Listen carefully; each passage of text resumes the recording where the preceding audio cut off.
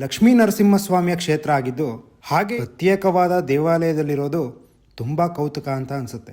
ಆಮೇಲೆ ಮೇಲ್ಗಡೆ ಲಕ್ಷ್ಮೀ ದೇವಸ್ಥಾನ ಇದೆ, ಅದಂತೂ ಇನ್ನೂ ಚೆನ್ನಾಗಿದೆ. ರೋಡ್ ಇಲ್ಲ ಜಾಸ್ತಿ, ಚೆನ್ನಾಗಿ ಅನಿಸ್ತು. ಅದಕ್ಕೆ ಈಗ ಫ್ಯಾಮಿಲಿನೆಲ್ಲ ಕರ್ಕೊಂಡು ಬಂದಿದ್ದೀನಿ. ಸೊ ಯಾರು ಪೂಜೆ ಮಾಡಿಸ್ತೀರ ಅವ್ರು ಮಾತ್ರ ವಿತ್ ಫ್ಯಾಮಿಲಿ ಇದ್ದರೆ ಕೆಲವ್ರನ್ನ ಬೆಟ್ಟದ ಇದ್ರವರೆಗೂ ಕಾರಲ್ಲಿ ಬರ್ಬೋದು. ಹಾಯ್ ಹಲೋ ನಮಸ್ಕಾರ, ನಾನು ನಿಮ್ಮ ವಿಷ್ಣು, ಇದು ನಿಮ್ಮ ವಿಷ್ಣು ಪುರಾಣ. ಇವತ್ತು ನಾವು ಬಂದಿದ್ದೀವಿ ಅವಲ ಬೆಟ್ಟ. ಇದನ್ನು ಧೇನುಗಿರಿ ಅಂತಲೂ ಕರೀತಾರೆ. ಬನ್ನಿ ನೋಡ್ಕೊಂಬರೋಣ.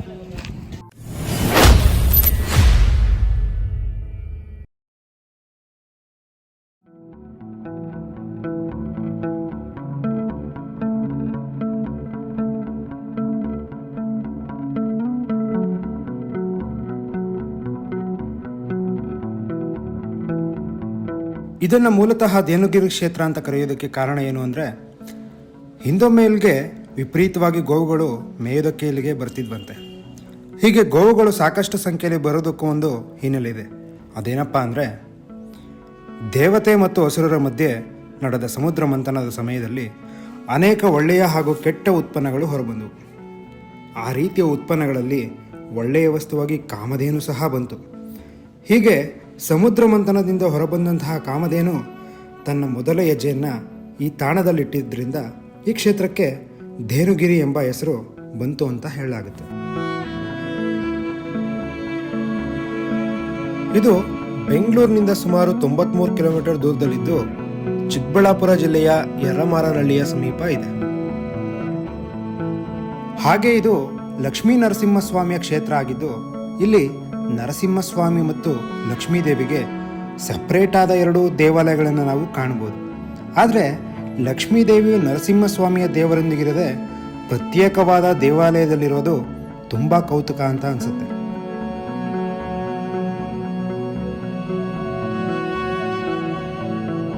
ಇಲ್ಲಿಯ ಸ್ಥಳ ಪುರಾಣದಂತೆ ವಿಷ್ಣುವು ನರಸಿಂಹನ ಅವತಾರ ತಾಳಿ ಹಿರಣ್ಯಕಶಿಪುವನ್ನು ಸಂಹರಿಸಿ ಘೋರವಾಗಿ ಅರಚುತ್ತಾ ಕಾಡುಗಳಲ್ಲಿ ತಿರುಗುವಾಗ ನರಸಿಂಹಸ್ವಾಮಿಯ ಭಯಂಕರತೆಯನ್ನು ಶಾಂತಗೊಳಿಸುವ ದೃಷ್ಟಿಯಿಂದ ಶ್ರೀ ಮಹಾಲಕ್ಷ್ಮಿಯು ಚೆಂಚು ಬುಡಕಟ್ಟಿನ ಸುಂದರ ಕನ್ಯೆಯಾಗಿ ನರಸಿಂಹಸ್ವಾಮಿಯನ್ನು ಆಕರ್ಷಿಸುತ್ತಾಳೆ. ಹಾಗೂ ನರಸಿಂಹಸ್ವಾಮಿಯನ್ನು ಶಾಂತಗೊಳಿಸಲು ಬೆಟ್ಟದ ಮೇಲೆ ತಪಸ್ಸನ್ನು ಆಚರಿಸ್ತಾಳೆಂಬುದು ಇಲ್ಲಿಯ ಸ್ಥಳ ಪುರಾಣ. ಆದ್ದರಿಂದ ಇಲ್ಲಿರುವ ಮಹಾಲಕ್ಷ್ಮಿಯು ಚೆಂಚುಲಕ್ಷ್ಮಿಯಾಗಿದ್ದು ನರಸಿಂಹಸ್ವಾಮಿ ದೇವಾಲಯವಿರುವ ಸ್ಥಳದಿಂದ ಸ್ವಲ್ಪ ಎತ್ತರದ ಪ್ರದೇಶದಲ್ಲಿ ಲಕ್ಷ್ಮೀ ದೇವಾಲಯವಿದೆ. ಹಾಗೆಯೇ ಈ ಸ್ಥಳವನ್ನು ಧೇನುಗಿರಿ ಶ್ರೀ ಲಕ್ಷ್ಮೀ ನರಸಿಂಹ ಕ್ಷೇತ್ರ ಅಂತಾನೂ ಕರೀತಾರೆ.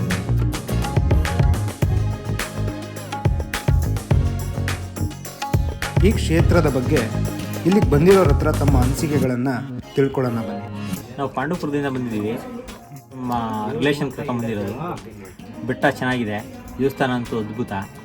ಆಮೇಲೆ ಮೇಲ್ಗಡೆ ಲಕ್ಷ್ಮೀ ದೇವಸ್ಥಾನ ಇದೆ, ಅದಂತೂ ಇನ್ನೂ ಚೆನ್ನಾಗಿದೆ. ಆಮೇಲೆ ಗರ್ಭಗುಡಿ ಒಳಗಡೆ ಕೂರಿಸಿ ದೇವ್ರ ದರ್ಶನ ಎಲ್ಲ ಚೆನ್ನಾಗಾಗುತ್ತೆ, ಫಸ್ಟ್ ಕ್ಲಾಸ್ ಇದೆ.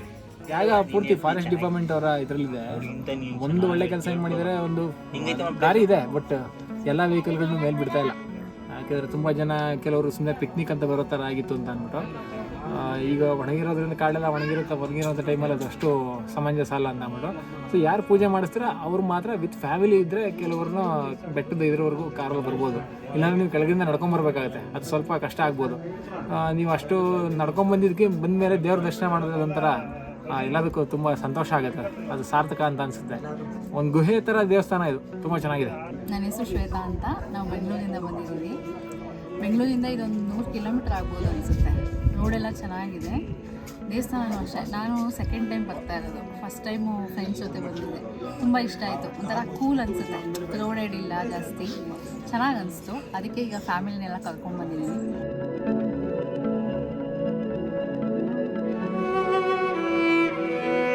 ಇಲ್ಲಿನ ಪ್ರಮುಖ ಆಕರ್ಷಣೆಯಾಗಿದ್ದಂತಹ ಹಿಲ್ ವ್ಯೂ ಪಾಯಿಂಟ್ನ ಜಾಗಕ್ಕೆ ಈಗ ಯಾರಿಗೂ ಕೂಡ ಹೋಗೋದಕ್ಕೆ ಬಿಡ್ತಾ ಇಲ್ಲ. ಕೆಲವರ ರೀಲ್ಸ್ನ ಹುಚ್ಚಾಟಕ್ಕೆ ಬ್ರೇಕ್ ಹಾಕೋದಕ್ಕೆ ಇಲ್ಲಿಗೆ ನಿರ್ಬಂಧನೆಯನ್ನು ಹಾಕಲಾಗಿದೆ.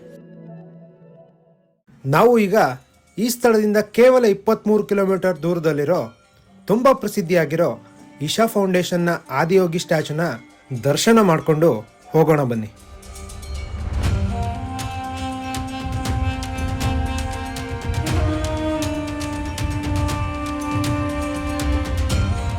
ಕೊಯಮತ್ತೂರಲ್ಲಿರೋ ಆದಿಯೋಗಿ ಪ್ರತಿಮೆಯಂತೆ ಚಿಕ್ಕಬಳ್ಳಾಪುರದ ಕೌರನಹಳ್ಳಿ ಲಿಂಗಶೆಟ್ಟಿಪುರ ಗ್ರಾಮಗಳ ಜಾಲಾರಿ ನರಸಿಂಹಸ್ವಾಮಿ ದೇವಾಲಯದ ನರಸಿಂಗದೇವರ ಬೆಟ್ಟದ ತಪ್ಪಲಿನಲ್ಲಿ ಈ ಆದಿಯೋಗಿ ಪ್ರತಿಮೆಯನ್ನು ನಿರ್ಮಾಣ ಮಾಡಲಾಗಿದೆ.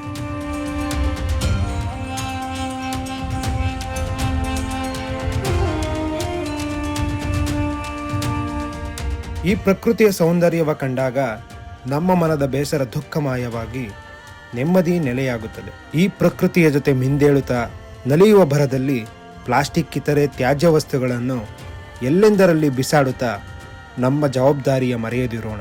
ಈ ಪ್ರಕೃತಿಯ ಉಳಿವು ನಮ್ಮೆಲ್ಲರ ಜವಾಬ್ದಾರಿ. ಪ್ರಕೃತಿಯ ಕಲುಷಿತಗೊಳಿಸದಿರೋಣ. ಪರಿಸರವ ಉಳಿಸೋಣ, ಬೆಳೆಸೋಣ. ಮುಂದಿನ ಇನ್ನೊಂದು ವಿಡಿಯೋ ಜೊತೆ ಮತ್ತೆ ಸಿಗೋಣ. ಎಲ್ಲರಿಗೂ ಒಳ್ಳೆಯದಾಗಲಿ.